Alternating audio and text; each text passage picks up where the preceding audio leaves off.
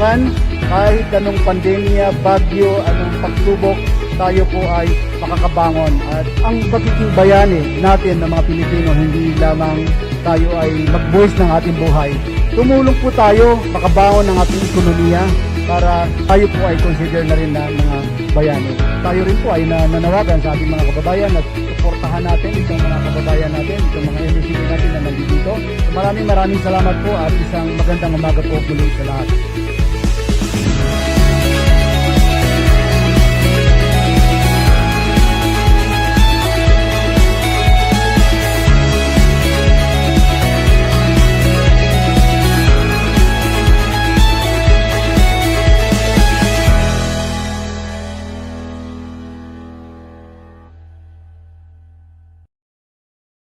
All right, welcome to day 2 of the virtual National Trade Fair by the Bureau of Domestic Trade Promotions of the Department of Trade and Industry. My name is Grace Gayoso and I'll be your host for today. Amazing yesterday, we're happy to note that we have 500 participants. Kaya continue to invite your friends, your family, your relatives to attend this event para marami pang sumuporta sa ating mga local entrepreneurs and syempre for them to learn as well. And also, I invite you to visit the virtual booths where you can see the amazing products that are proudly Philippine-made. Okay, so yesterday, the webinar's focus was on the entrepreneur himself, having the right skill set and mindset to achieve business success and also armed with digital skills and influencer strategies. Today naman, the speakers will center on product development and also on free government support system, how to access this. Also, they will be talking about food processing, packaging, branding, and mentoring to assist current and aspiring entrepreneurs.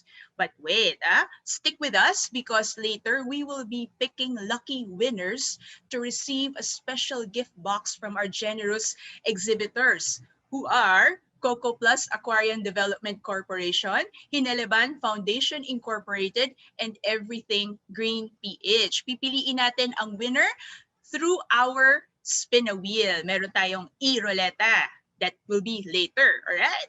So let's start. Okay. When engaging in a business, you have to know the limits, the rules, the trends, and also the local and international compliances required. So all of these, it's best to learn them from experts. So to discuss, our first speaker to discuss about reinventing food for humanity, please welcome the Vice President for Sustainable Business and Communication of Unilever Philippines and also the concurrent Vice President Communication of Unilever SEAA, Mr. Ed Sunico.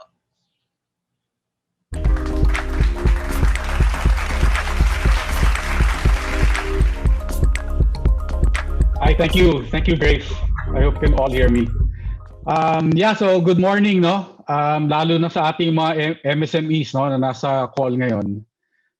Let me start by, thanking the DTI, especially in Bureau of Domestic Trade Promotion, for, for inviting us, and also extending yung congratulations namin to a very successful day one. Actually, I was watching yung Facebook nyo yesterday.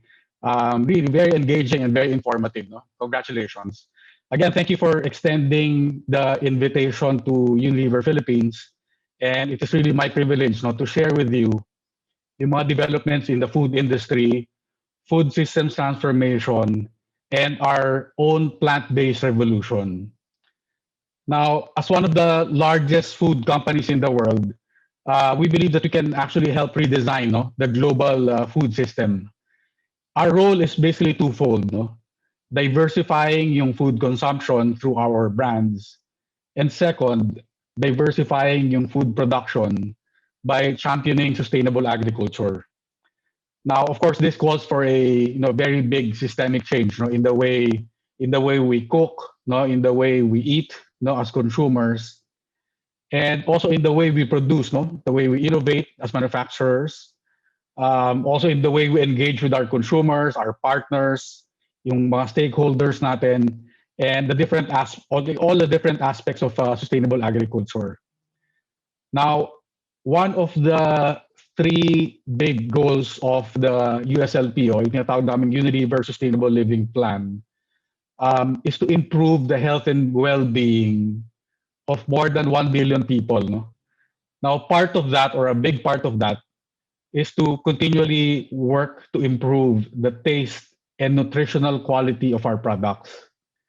Now, for the last decade, we have really been working very hard, no, to make sure that we make a positive change right across the food system, no, from the way the food is grown to the way it is consumed. Sabi nga nila, from farm to fork. Yeah. So next slide, please. Yeah. So yung food system natin actually is faced with a number of challenges, no, related to innovation, to demand, supply, and also regulation. Now, maraming interconnected issues in the food system. Number one, we produce and eat foods that are too resource intensive. Actually, food is responsible for 30% of greenhouse gas emissions, no? Tapos out of that 30, 25% of that actually comes from livestock or yung meat production. And only 5% comes from agriculture na plant-based. Now, a lot of the food that actually we eat just take too much water in the way we produce them. It needs a lot of land space, and they emit a high amount of greenhouse gas emissions. Now, second, yung basically one of our biggest concerns, actually we grow and eat the same type of food over and over again, paulit-ulit, no? Alam natin na 75% ng ating entire food system is made only of 12 plants and 5 animals.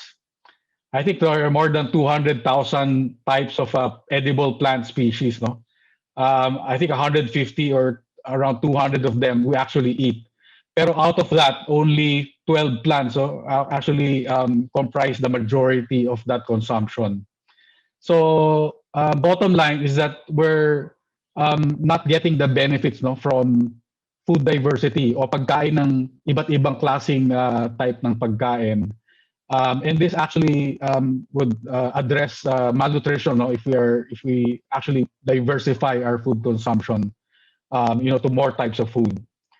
And also third issue is that the way we grow and produce our food are often harmful, no, to the environment.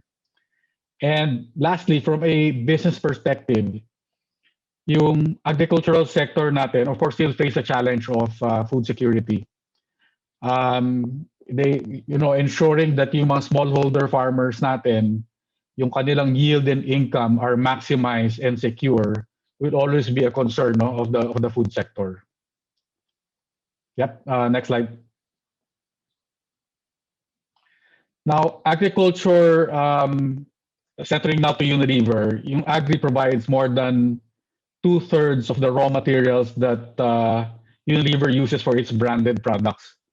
We are among the world's largest users of agricultural raw materials and also a major buyer of agricultural goods. Now, the issues I mentioned a while ago, they are very critical for us in both in a commercial as well as a humanitarian sense, no? Because we depend on the supply of sustainably sourced nutritious ingredients, many of which comes from our farms and our forests.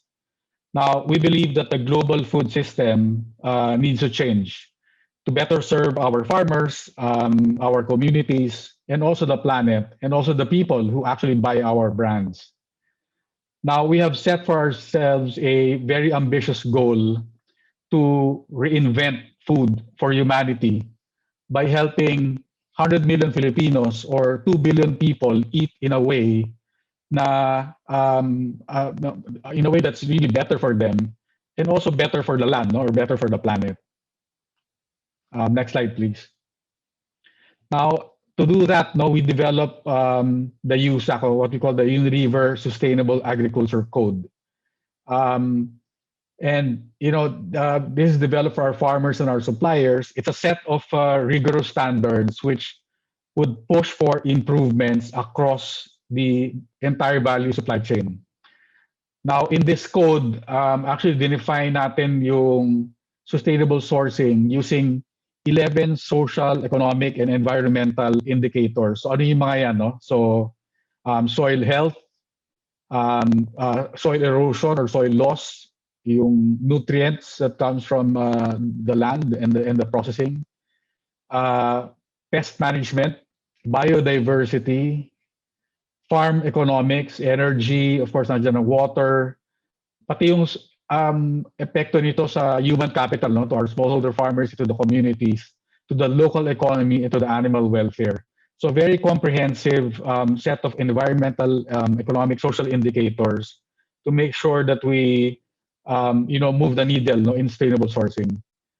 Now we hope that through sustainable agriculture, we can make a big difference to many of the challenges, no, that I mentioned a while ago, including hunger, including food insecurity, poverty, and even the bigger issue of climate change.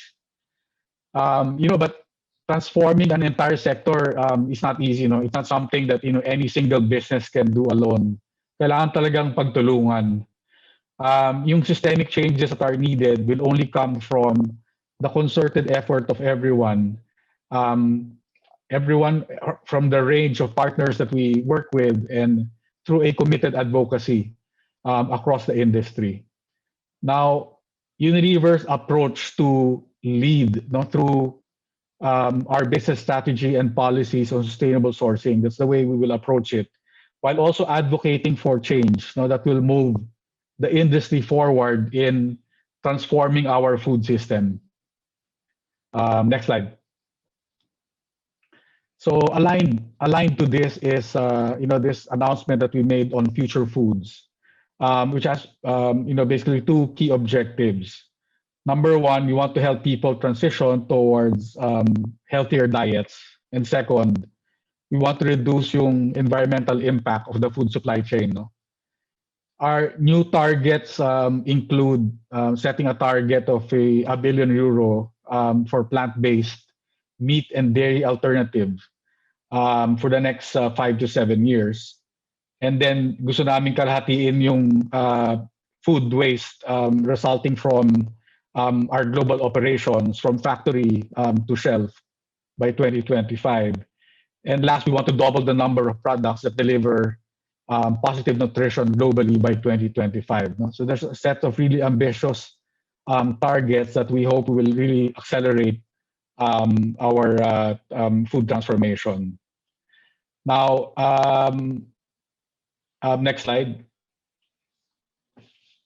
So while we try to drive this agenda globally, in our country, the root of the problem for us is very clear. No? Meron talagang gap kasi amongst our consumers in awareness and accessibility for a better diet. Now, we've discovered that yung ating mga nanay and families know the kailangan nila namang kumain ng mabuti. No? They know that they have to eat better. Pero ang problema, they don't necessarily know kung paano gawin, kung how they can cook and how they can eat better. So foremost kasi at the top of mind ng ating mga magulang, ating mga parents is the need to, of course, bring food to the table. Yan naman yung number one concern nila, na may makain ng mga bata na magugustuhan nila. Pero sometimes they compromise the health associated with this. Yung health, kung wala naman silang nakikitang immediate risk, medyo it takes a backseat. Importante makakain. No? So there's a need for us to build consumer awareness that ang nutritious food is seen as also as desirable, masarap, no? At saka abot kaya ng ating mga consumers para makita nila na ultimately yung perang nilalagay nila sa pagkain na hindi masustansya, mura, eventually it will translate to a higher cost for them, no? Either in terms of higher medical costs, nagkakasakit sila, nagkakasakit ang pamilya nila, and also the environmental and economic impact that comes with eating this type of food. No? Now sa Unilever, we believe na we need to build a portfolio of products that provide a great taste, masarap at masustansya. And this is how we can tackle the issue and the burden of hunger and malnutrition. It's by making nutritious delicious. So please watch this video on nutritious is delicious. Today, 1 in 3 Filipino children is malnourished. Almost all are from poor families who lack education on how to prepare an affordable, nutritious meal. This is an alarming truth. The future of our children is at stake. It's time to make nutritious and delicious meals for all by ensuring that our products are at their most nutritious, by sourcing sustainably from the freshest produce, and by teaching moms to make flavorful dishes for all occasions. Our goal is to make nutritious delicious, because that would mean fulfilled moms everywhere. That would mean happy families in every home, and that would mean a brighter future for our children.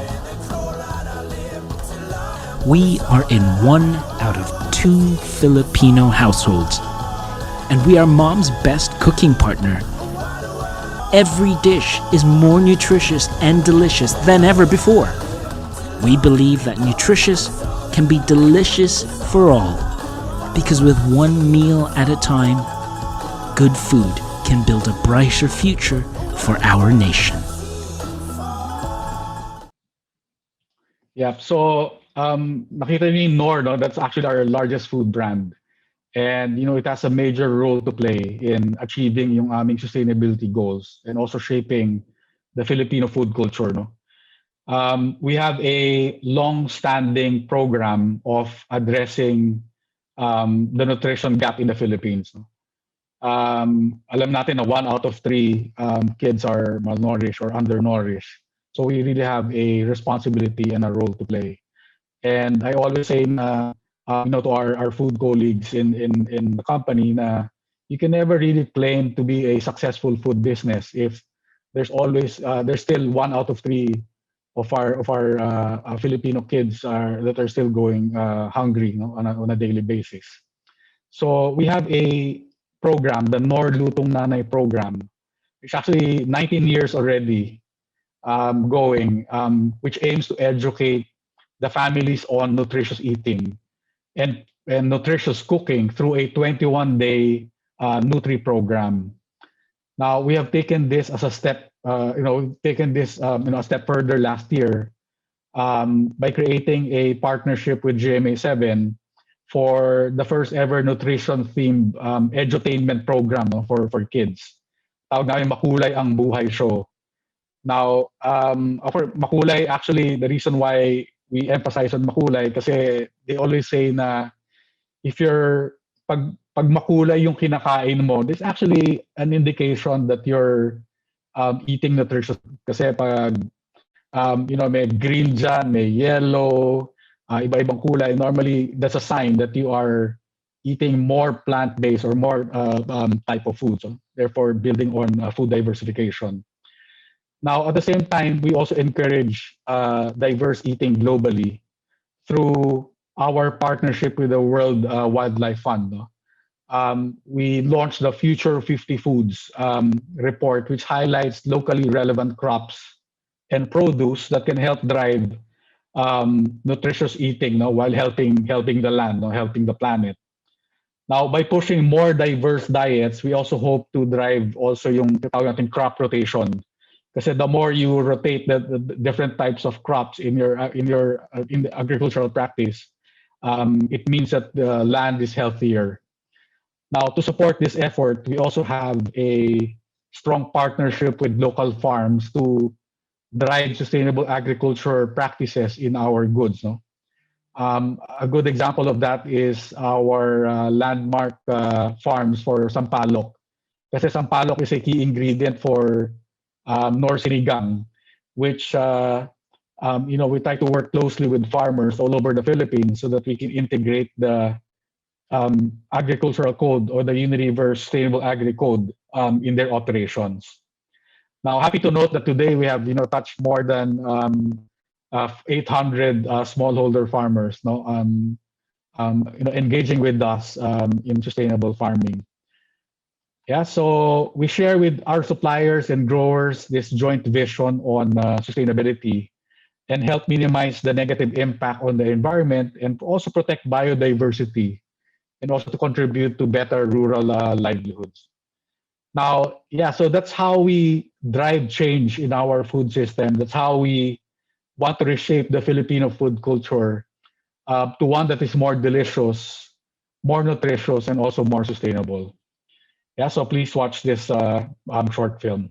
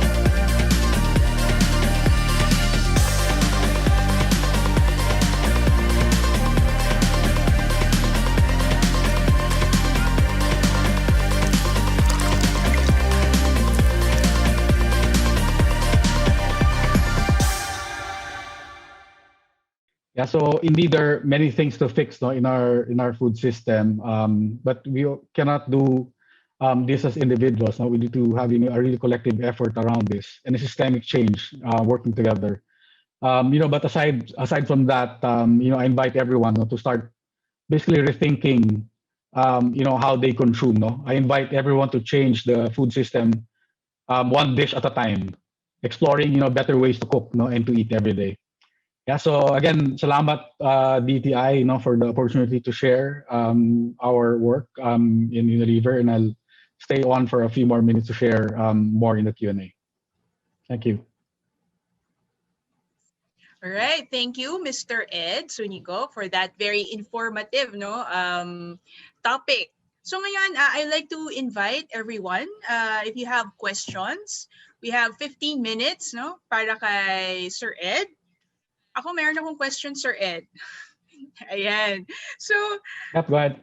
how about would you be able to give additional information regarding specific support that you give to the suppliers o yung ating mga farmers to be able to practice itong sustainable farming? Ano yung ginagawa ni Unilever for that? May mga trainings ba or other kind of support? What specific support? Yeah, so ang center talaga nun is our yung USAC, yung agricultural code, no. So I think it's important kasi to give them access to training on sustainable agriculture. So it's quite extensive. As you've seen, we've cut across different agricultural practices. So it's really the training that first and foremost, and then of course access to market, no. Through our aggregators, we hope that we can work with smallholder farmers so that they'll become part of our entire value chain. So those two are, the main support that we give to our smallholder farmers. All right. So I'll just summarize. It's training and also access to market. Tama po, sir? Yeah, kasi Yes. alam mo yung mga smallholder farmers natin, of course, they will always have a problem of yield, no, and income. So I think as an industry and Unilever, we try to enable them by giving them access to the training and support, no, to basically improve yung kanilang agricultural practices. And we do that nga through our USAC, no, yung Stable Agri-Code. Yeah, and then for some industry players, they can also link yung kanilang supply chain by providing the smallholder farmers direct access nga to their raw material requirement. All right. Yeah. There's another one. There's another question. There is a notion that eating healthy alternative foods is more expensive, like quinoa for regular rice. Your comments, please, on that. Sabi ko nga, eventually, you have to invest again, no, in your health. No, we're trying to make sure that people actually rethink that nutritious food is expensive. Actually, it's not. No, in our program, yung Lutong Nanay program, we actually teach our moms to cook nutritious food na very affordable. Actually, some of them even below 50 pesos, no, that can actually feed a family of 5. So nutritious food doesn't need to be expensive. You just need to know, how to cook nutritious food in an effective way, and that's the whole objective of the 21-day program that we have. Basically, teaching our moms, no, ano ba ang kailangan mo lutuin na mura, masarap, no, at nutritious for your family.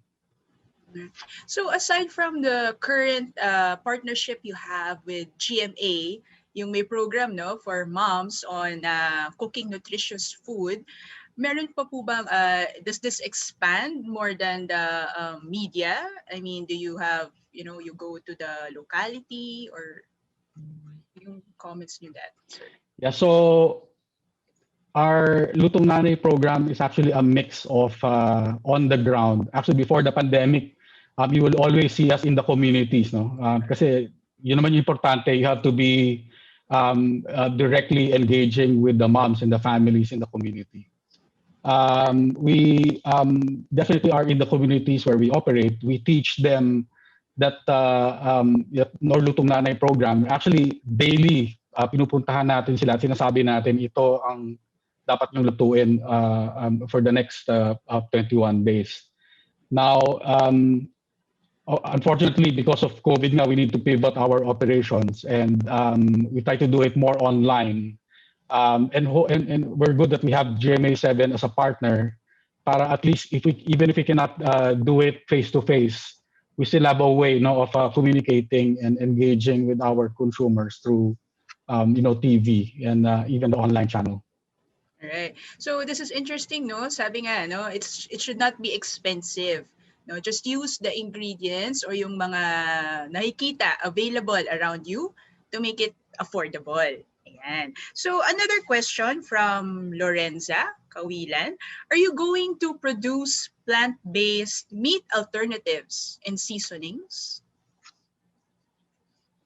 So yung plant-based revolution ng Unilever, the plan for that is to have more products na plant-based as well. There are already developments in other parts of other markets in the Unilever world, tries to develop this kind of plant-based products. Hopefully it gets, of course, we're considering that as well for the local market, no? Soon. I hope we get to have also very vegan type of plant-based products going to the Philippine market.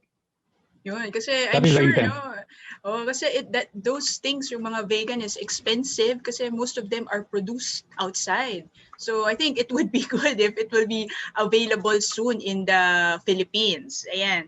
And another one, how do you think, or yung siguro advice or your thoughts on this, on food business companies, how can food business companies help in providing affordable, healthy food? Kasi sabi nga kanina, no, madalas expensive. So, yung into the food business, what can they do kaya to be able to provide affordable food? Kasi nga, ang barrier kanina, it's accessibility and affordability. Any thoughts on this, sir? Yeah, so I think first and foremost, you need to fix your end-to-end value chain, no? Kasi even if you consider, let's say, food waste, sabi nga nila, one-third actually of the food that's being produced actually goes to waste, no? From the time that you produce, your food brands or food products to the time that it gets consumed.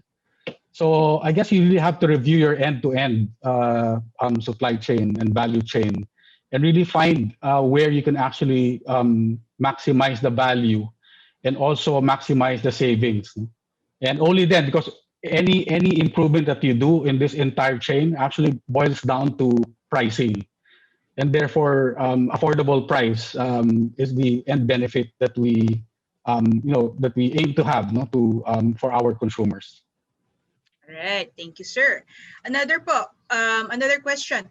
Do you have programs for young people in terms of raising awareness about reinventing food for humanity?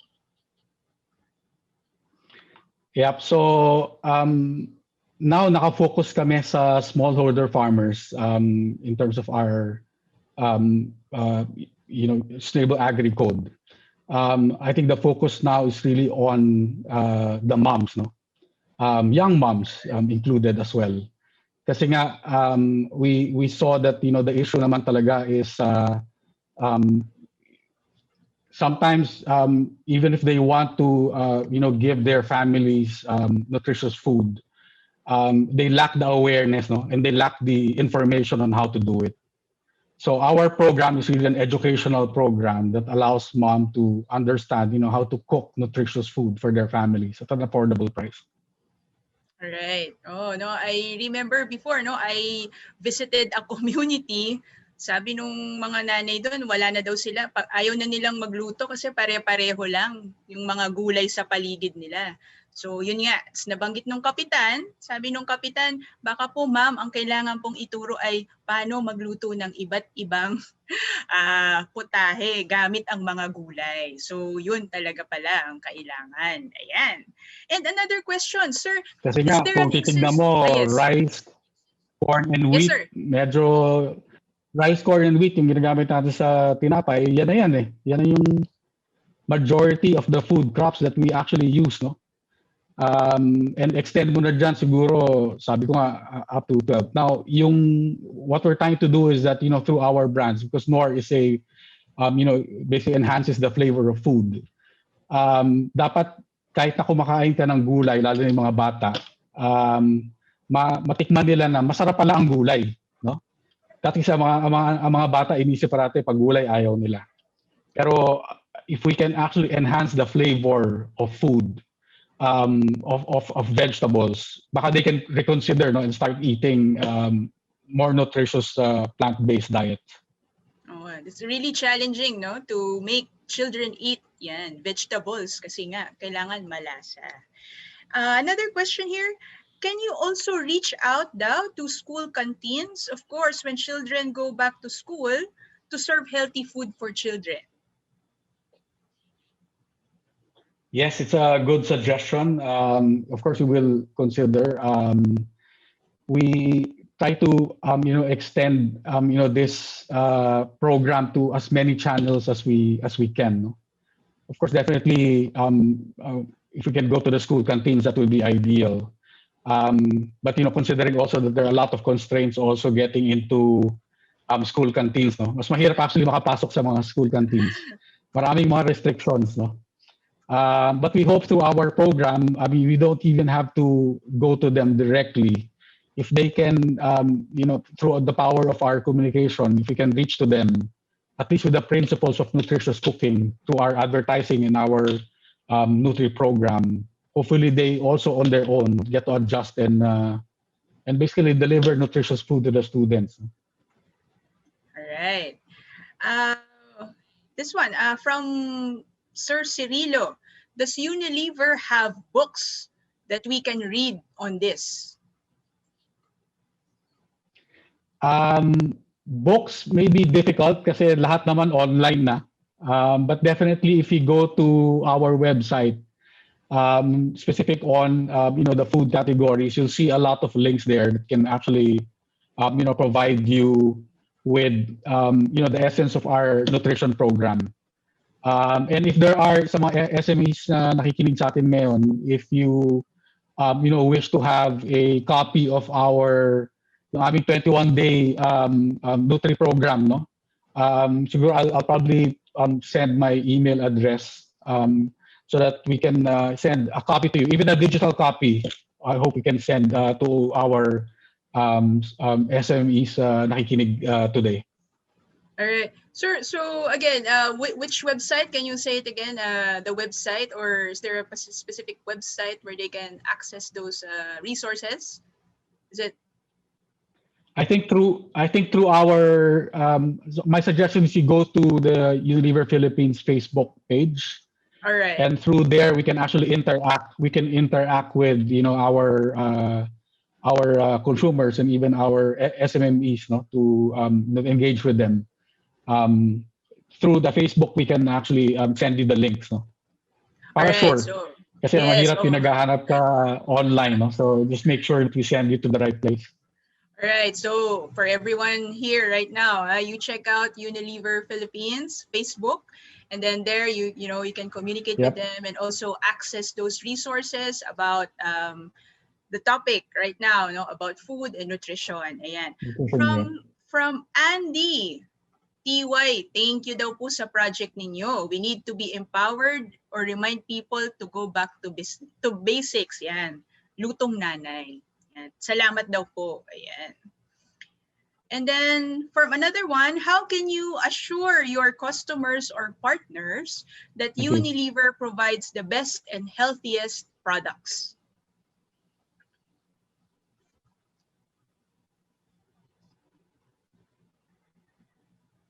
Sorry, I lost you. Oh, My right. Again. connection.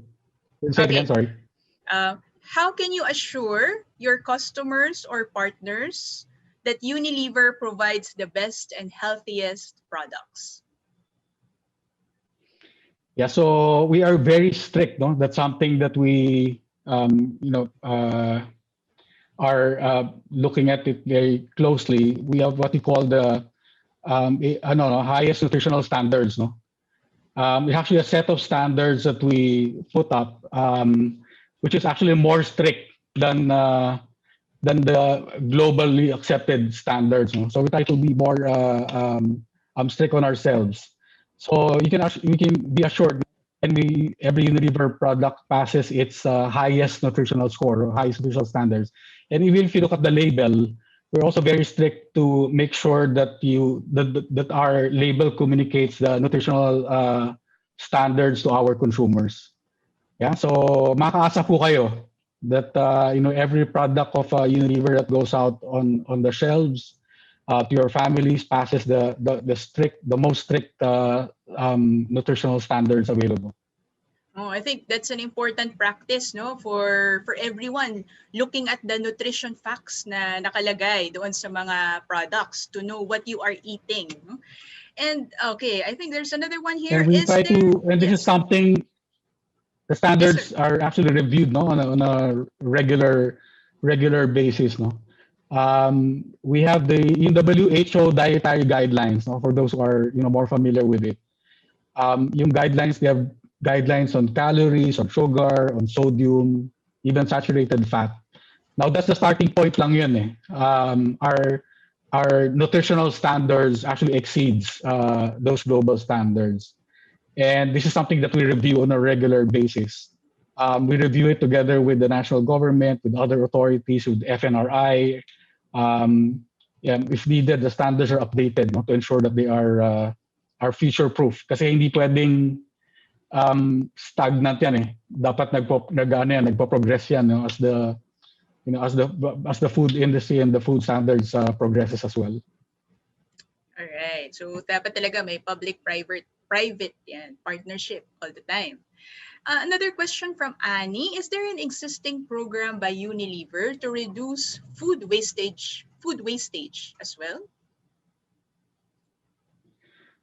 We are partnering with a big NGO whose focus is really to address food waste, no, yung Rise Against Hunger, and the intent really is to make sure that the food that may expire or probably near expiry, make sure na hindi umabot sa ganung point, no?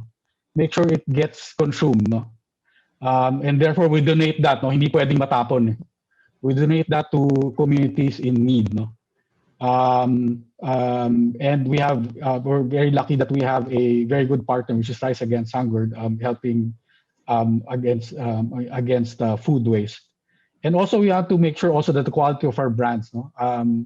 We are very strict that we keep inventories at a very optimal level in the retailers. Hindi pwedeng napakadami mong stocks kasi diyan nagsisimula yung spoilage, no? Dapat eksakto lang, no? Na you have enough inventory in the retailers to basically serve the consumers on a week on week basis. So that will ensure that that the food is fresh, and to make sure that there's no food that actually goes to waste. Alright. I-challenge talaga. And I think even at homes, minsan there's so many food na nabibili mo na sobra, hindi mo na assess ng tama. Tapos nakita mo yung gulay nalanta na, tapon na. Even yung mga canned goods na expire na. Yes, sir. Totoo yan. We're also working on through our industry partners as well, and the different food chambers to make sure na may standardized labeling, no? Kasi sometimes nakakalito yung food expiry date, no? Sometimes nakalagay best before, sometimes nakalagay expires by. Maraming consumers na yung best before akala nila expiration date. Pag nakita nilang may date doon, expired na to, tapon na. When in fact, it's best before, you can actually still consume it. So, nakipagtulungan kami to make sure that this sort of standard labeling is very clear, no, to our consumers, again, to avoid food waste. Ito, sir, I mean, personal experience, i-advocate ko na rin. Kasi minsan, even the date, year, and month, hindi namin alam, ano ba yung pwedeng gawin yung year, yung month na lang is in words. Kasi sometimes, hindi mo alam, ano ba to? May 6 o June 5? Kasi, Minsan baliktad. Oo, so... Yeah, correct. That's right. So, it gets confusing. Kakainin ko pa ba to o hindi? Yeah, side comment ko lang yun. Kasi challenge din yun, no? And then, yun nga, it contributes also to food wastage. Totoo yan. Ayan, minsan hindi mo pa mahanap kung nasan. Hindi mo makita kung nasan na yung date, di ba? So, ang daming improvements actually on this. Very small act, that the industry can take to make it clear, actually will impact the whole, food industry in terms of reducing food waste. Sabi nga natin, 1 out of 3 na pinoproduce sa pagkain natatapon, no? So we try to avoid that. Alright. Okay, very informative, but unfortunately, hanggang dito na lang ang ating time. Thank you for all your questions, no? For all your questions to Mr. Ed Sunico. And thank you, sir. Thank you, sir, for enlightening us about all these things regarding food, nutrition, the environment, sustainability, and sana may natutunan. I'm sure meron natutunan kasi ako meron on today's topic. Alright? Thank you, sir. But before you leave, ayan, no, ano muna tayo? Photo op. Ayan, picture to capture the moment right now. Okay? Mr. Cameraman, ready na po? Ready na po kami? Diyan na ba? All right. Okay. So right. For the photo up. All right. Stand by. 5, 4, 3, 2. All right. All right. Okay. Once again, thank you very much, Sir Ed Sunico, and mabuhay po kayo. Salamat po. All right. Thank you, Grace. Thank you. Bye. Yes. Okay. So again, no, I hope you learned something about this topic, and reminder once again, a lucky winner will get a special gift box mamaya sa ating e-raffle.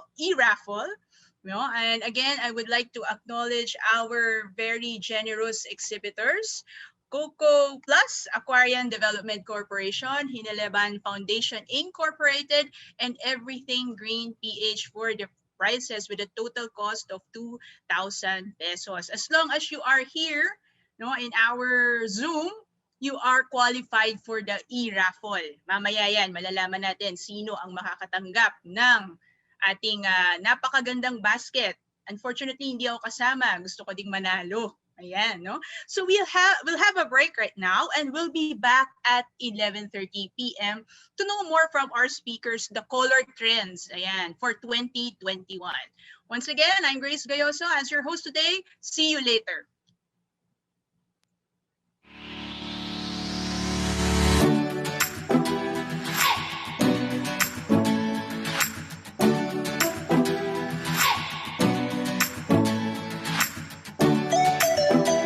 Masenso lahat ng Pilipino dahil ang ating pong mga programa ay baliwala kung hindi aasenso ang lahat ng ating mga kababayan.